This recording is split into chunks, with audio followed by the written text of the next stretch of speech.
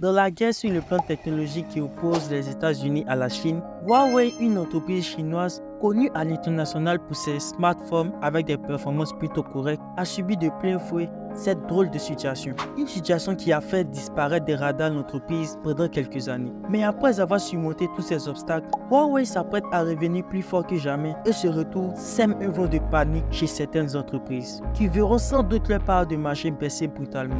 Aujourd'hui, nous verrons dans cette vidéo quelles sont les raisons et le déroulement de cette chute. Nous verrons aussi le processus qui a permis à cette entreprise de revenir de ses cendres tel un phénix et pourquoi ce retour en force effraie certaines grandes entreprises américaines comme Apple. Reste bien jusqu'à la fin de la vidéo car nous allons à la découverte de l'histoire derrière le retour miraculeux de Huawei. Bon visionnage.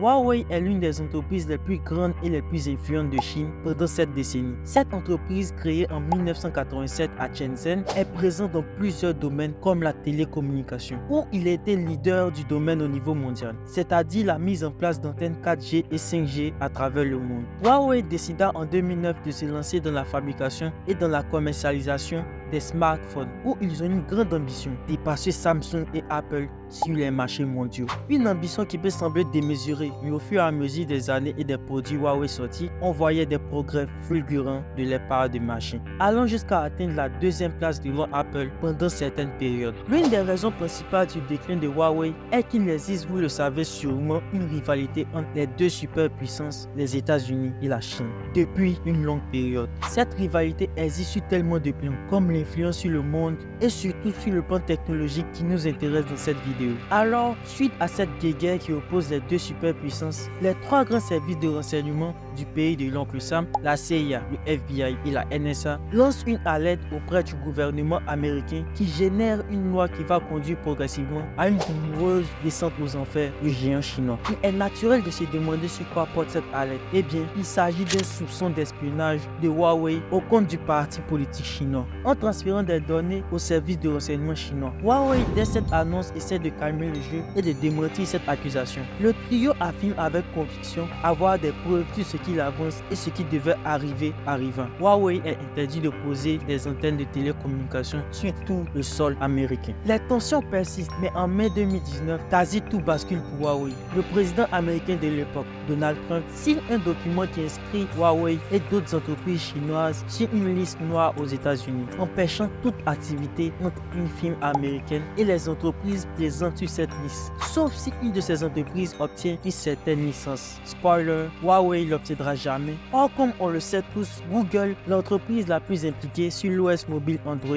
est une entreprise américaine, ce qui implique la fin de la collaboration entre ces deux entités, donc plus de services Google, c'est-à-dire plus de Play Store, plus de Gmail, plus de nouvelles mises à jour d'Android, donc non-fonctionnement de bon nombre d'applications tierces qui fonctionnent grâce aux services Google, ce qui est une catastrophe pour les ambitions de Huawei. La perte de son système d'exploitation entraîne la chute des ventes de ces nouveaux modèles et une disparition progressive sur le marché européen, soit une situation critique pour la firme. En 2021, Huawei présente un OS censé amorcer son retour dans les bonnes grâces du marché. Il s'agit d'Harmony OS, un système d'exploitation créé grâce à la version open source d'Android, mais malheureusement cette solution ne marche pas du tout en Europe. L'entreprise n'est plus que l'ombre d'elle-même sur le vieux continent. Mais développer un écosystème autour d'Harmony OS pourrait sembler être une solution à long terme pour la firme chinoise qui s'en donne les moyens. Mais un autre coup dur vient frapper Huawei lorsqu'ils essaient de rêver à un potentiel retour en grande pompe. Comme quand je rêve d'avoir plus d'abonnés sur cette chaîne et que je me réveille et me rends compte que 98,5% des personnes qui regardent cette chaîne ne sont pas abonnées. Alors n'hésite pas à t'abonner pour me montrer ton soutien et aussi d'aimer la vidéo pour son référencement. Des actions qui prennent à peine 5 secondes mais qui me donnent une force incroyable pour avancer. Bref, je continue avec la vidéo.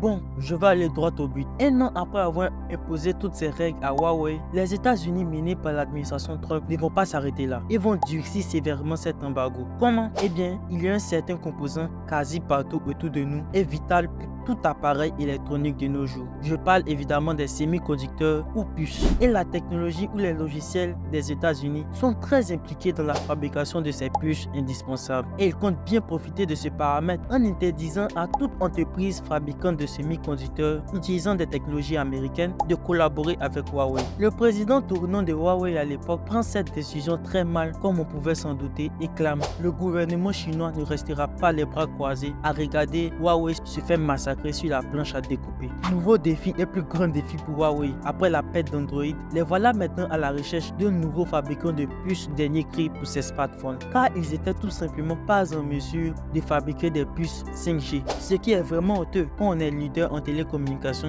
et qu'on n'arrive pas à faire profiter ses propres produits de ce leadership. Après avoir tapé à plusieurs portes dont la plupart affirmaient utiliser des technologies américaines, donc sont concernés par le blocus, Huawei annonça à la surprise de tous qu'ils ont été capables de remplacer et de trouver des puces 5G presque aussi performantes que les anciennes puces, ce qui généra des suspicions chez les Américains qui pensent tout simplement que c'est impossible. Eh bien, Huawei a prouvé qu'il était bel et bien possible, mais des enquêtes américaines sont en cours pour savoir d'où vient cette puce apparue de nulle part comme un sauveur pour Huawei.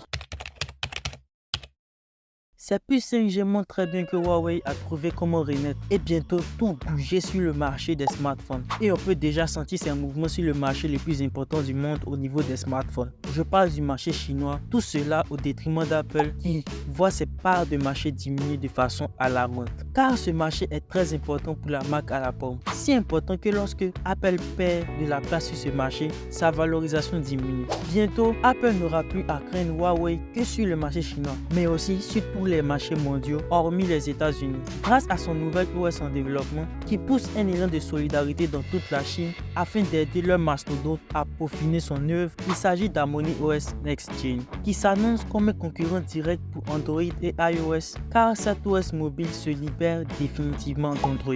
Il y a aussi un autre domaine où Huawei pourrait inquiéter les Occidentaux. Il s'agit de la voiture électrique, où Huawei, en collaboration avec Altio, propose des modèles haut de gamme déjà disponibles en Chine. Ces modèles sont équipés d'un pilote automatique de niveau 3 et apportent sans aucun doute la meilleure expérience client à ses utilisateurs. Une telle nouvelle pourrait, lorsqu'elle débarquera sur le marché européen, inquiéter de grands constructeurs automobiles comme Tesla, Mercedes, Renault ou Volkswagen, car son expérience client premium peut rapidement nous séduire. Il y a aussi l'industrie dont la ruée des grandes compagnies a commencé dès cette année grâce à Apple et son Vision Pro. Selon une fuite du réseau social chinois Weibo, Huawei préparerait son entrée dans la course au casque de réalité mixte, où ils comptent tirer leur épingle du jeu avec des arguments comme le poids de leur casque qui sera selon la fuite de seulement 350 grammes et le prix qui est plutôt abordable comparé au Vision Pro car il devrait coûter environ $2000.